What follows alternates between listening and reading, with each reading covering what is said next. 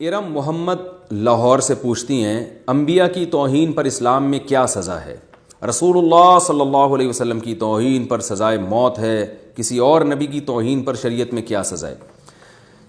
نبی صلی اللہ علیہ وسلم کی توہین ہو یا کسی اور بھی پیغمبر کی توہین ہو، تو اس میں یہ دیکھا جائے گا کہ اگر توہین کرنے والا مسلمان ہے تو اس کا مطلب وہ مرتد ہو گیا، اور مرتد کی سزا اسلام میں قتل ہے۔ تو 3 دن تک اس کو مہلت دی جائے گی، اگر وہ توبہ کر لے تو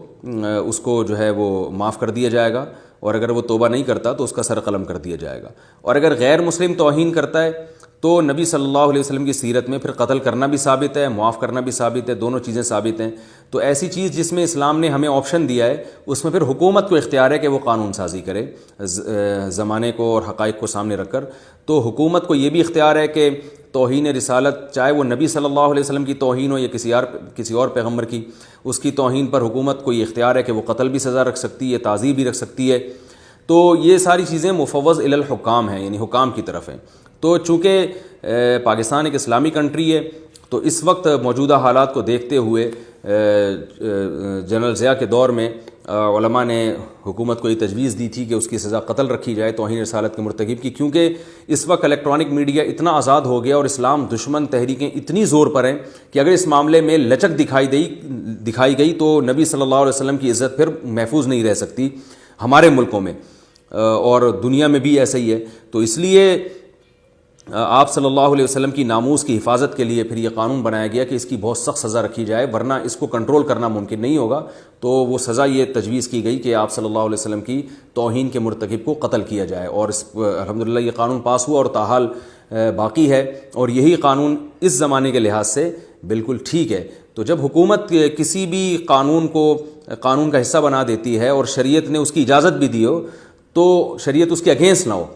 تو وہ پھر شریعت شرعاً بھی اس کی پابندی لازم ہوتی ہے۔ تو اس لیے ہم یہ کہہ سکتے ہیں کہ حکومت کے قانون پاس ہونے کے بعد پھر شرعاً اس کی سزا اب قتل ہی ہے، اور توہین رسالت کے مرتکب کو بہرحال قتل کیا جائے گا۔ باقی انبیاء کے بارے میں بھی ہے اور نبی صلی اللہ علیہ وسلم کے بارے میں بھی۔ تو حکومت جو سزا بنا دے وہ سزا پھر نافذ ہو جاتی ہے۔ البتہ یہ ضروری ہے کہ توہین رسالت میں چند چیزیں دیکھنی پڑیں گی کہ توہین واضح لفظوں میں ہو، گول مول لفظوں میں نہ ہو، اور جس نے توہین کی ہے تو اس کو بھی دیکھا جائے گا کہ اگر واضح قرائن سے پتہ چلتا ہے کہ اس کی نیت توہین کی نہیں تھی بلکہ اس کی زبان لڑکھڑائی ہے، نیت توہین کی نہیں تھی، تو بھی قتل نہیں کیا جائے گا، کیونکہ قتل کی سزا اسلام میں بہت سخت ہے، اور جو بھی سخت سزائیں ہوتی ہیں اسلام میں شبہات سے ساقط ہو جاتی ہیں، یعنی اس میں جب تک 100% جرم کا یقین نہ ہو اور اس میں ذرہ برابر بھی تردد نہ ہو، تو اس وقت تک سزا دینے عدالت کے لیے جائز نہیں ہوتا کہ وہ سزا دے۔ تو اس لیے یہ بہرحال یہ بات ذہن میں رہنا ضروری ہے کہ توہین واضح لفظوں میں ہو۔ نمبر 2، توہین کرنے والے قرائن سے پتہ چل رہا ہو کہ اس کی نیت توہین ہی کی تھی، قرائن سے یہ نہ پتہ چل رہا ہو کہ توہین کی نیت نہیں تھی، کوئی بات بیان کر رہا تھا، زبان لڑکھڑا گئی، یا بولنا کچھ چاہتا تھا یا نکلا کچھ ہے، یا اس کی نیت توہین کی نہیں تھی۔ جیسے میں نے بتایا کہ ایسا بھی ہوا ہے کہ بعض جگہ کہیں پوسٹر لگا ہوا ہے، رسول اللہ صلی اللہ علیہ وسلم کا اس پہ نام ہے، اور کسی نے آپ کے گھر کے باہر پوسٹر لگا کے چلا گیا وہ۔ اب آپ نے جب پوسٹر پھاڑا تو آپ کی نیت نبی کے نام کی توہین نہیں ہے، آپ کو تو نے تو دیکھا بھی نہیں کیا لکھا ہوا ہے، آپ نے کہا میں نے نیا کلر کروایا تھا اور کسی نے میرے گھر کے باہر پوسٹر کیوں لگا دیا، اشتہار کیوں لگا دیا، آپ نے وہ پھاڑ کے پھینکا، اتفاق سے نیچے گندگی تھی وہ اس میں گر گیا، تو اس پہ بھی لوگوں کو جیل میں ڈال دیا گیا ہے کہ جی اس نے توہین رسالت کی ہے، نبی کے نام کو معاذ اللہ گندگی میں پھینکا ہے، معاذ اللہ۔ کوئی مسلمان یہ جرت نہیں کر سکتا۔ اب یہ نہیں دیکھا، اس میں یہ بھی تو دیکھا جائے گا کہ یہ اس کی نیت تھی یا نہیں تھی، اور یہ کر کیا رہا تھا اور ہوا کیا ہے۔ تو یہ تمام چیزیں عدالت کے ذمے ہیں کہ ان تمام چیزوں کو مد نظر رکھ کر وہ پھر قتل کی جو ہے وہ سزا دے۔ اگر یہ عدالت یہ تمام چیزیں سامنے رکھے بغیر قتل کی سزا اس کو دے دیتی ہے مجرم کو، تو پھر یہ عدالت کی طرف سے زیادتی ہوگی، اور یہ تمام چیزیں موجود ہوں اس کے باوجود بھی اگر قتل کی سزا نہیں دیتی تو پھر بھی یہ زیادتی ہوگی، یہ نبی صلی اللہ علیہ وسلم کی ذات کے ساتھ پھر زیادتی ہوگی۔ تو اس میں جو ہے یہ عوام کو چاہیے جذباتیت سے ہٹ کر